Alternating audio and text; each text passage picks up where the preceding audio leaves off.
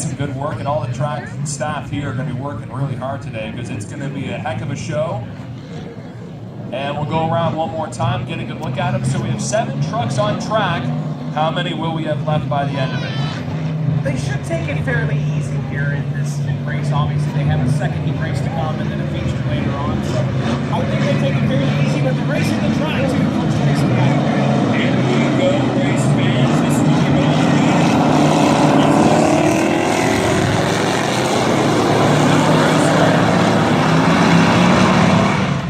and right off the bat, AJ Watt goes around Chris Marshall. He gets out to a ginormous lead. And also on the outside is the 12, Justin Balser. He gets around Chris Marshall. That number 3 truck is a little worse for wear today as long as the suspension.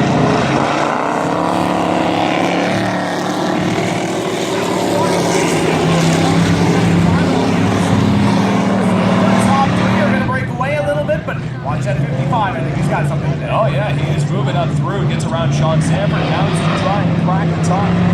All single file, all the trucks are in.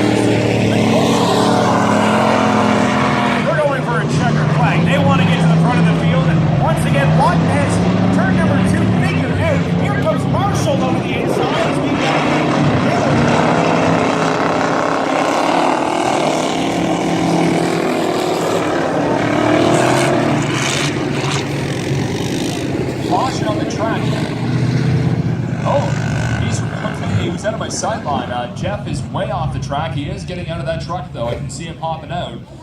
There he is hopping out. Maybe something broke in that number 18. He is on the bank there. He is teeter-tottering on that bank. So caution displayed on the track, and they're going to try and get that 18. That 18's had a rough go here at Valley Raceway, at least recently. Yeah, saw Harvey behind the wheel about a month ago, and that's not a great place to park if you're Jeff Cruikshank, but they'll get that thing towed out of there at least. I don't know what they're going to be able to do at the racetrack with that, but tough break for Mr.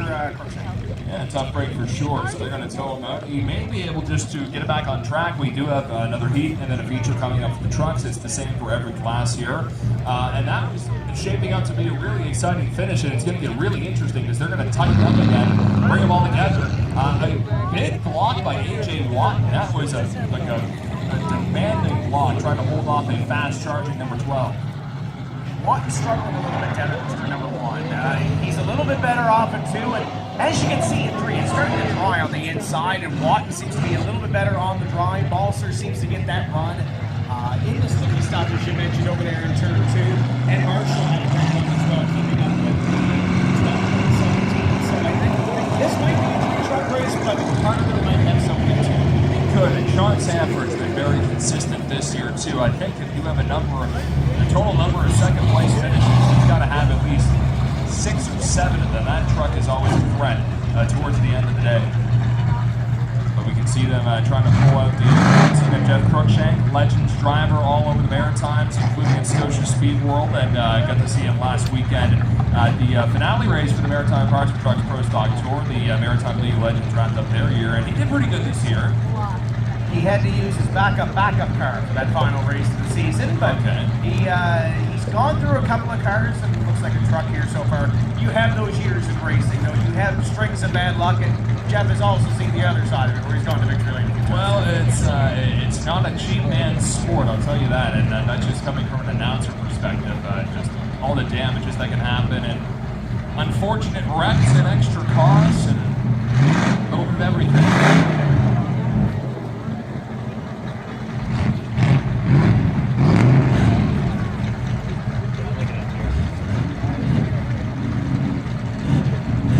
There they go. They've got that unwedged from turn number 1, and they'll try to get that thing back to pit road. And as you mentioned, Jeff is only here by himself today. It's a scarce crew for Jeff Cruikshank. So, but the great thing about this pit, if it can be fixed, I'm sure they're all going to down that 18 truck. It's a team effort here, and that's one thing I really love at Valley Raceway.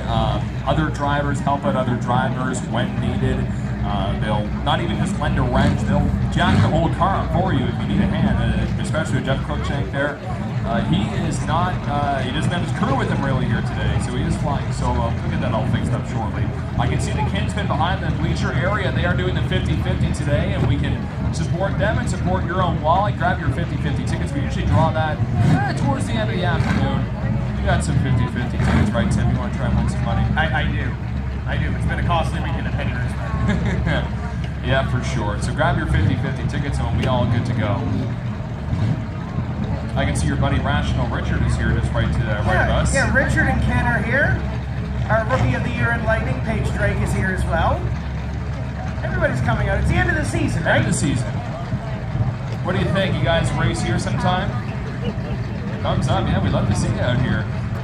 Our final race, by the way, we can't mention it enough again, it's going to be the Thanksgiving Sunday, October the 7th. Yeah, you can spend Thanksgiving with your family at a turkey dinner, but I think they're going to have deep fried turkey here at Valley Raceway.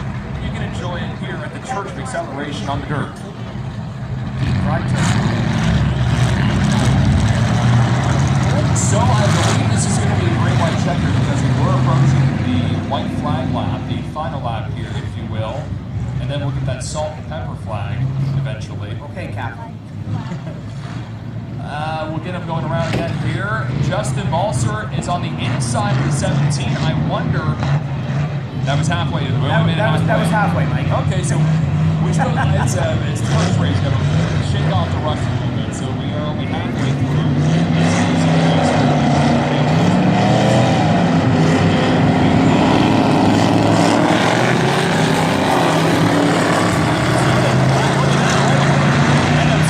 Working for AJ Watton because he grabs the lead. Here's prerogative. We got to the lead position, and the truck right now on the top of also battle for third. Here comes Sam.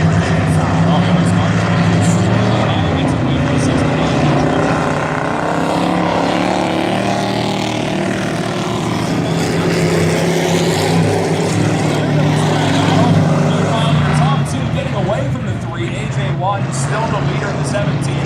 Justin Balser trying every line. He's been low, now it's been high.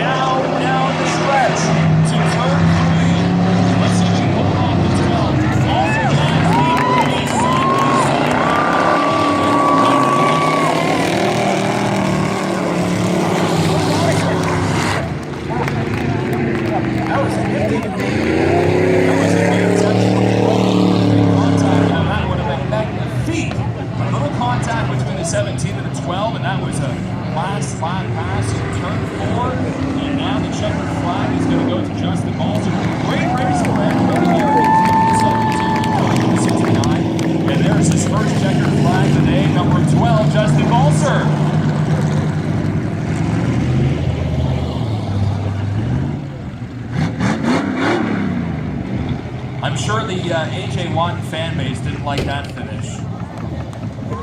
It's all good though, they have fun here.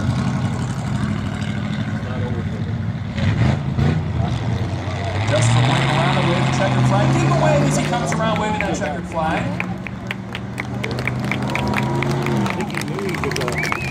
Welton, now he's going to set into this race. The bar has been set. It's been set fairly high for a heat race. Balser had to come from behind, but as we saw, this is and it's changing already in turn 2. Watton got a little bit high in turn 2. Got a little bit of that stuff that's not exactly worked in yet, and Balser had the door open. He chose to go through, and he goes to victory lane in heat race number 1. He'll get a little race down from our water truck, and he'll drop off the checkered flag. Get away again as he comes around the front stretch area. He'll drop off the checkered flag. Justin Balser wins the first heat race for the K&J Truck Center trucks, and they'll be back on in just a little bit. Coming up next is the Foster's Fire and Safety 8 cylinders, and for once we're going to have more than 4 cars on track. It's been a long time. We have 8 back here. Right now he's going to take control of that 71 car to me. Rick Saunders is going to be the 17, and another one back on track here. The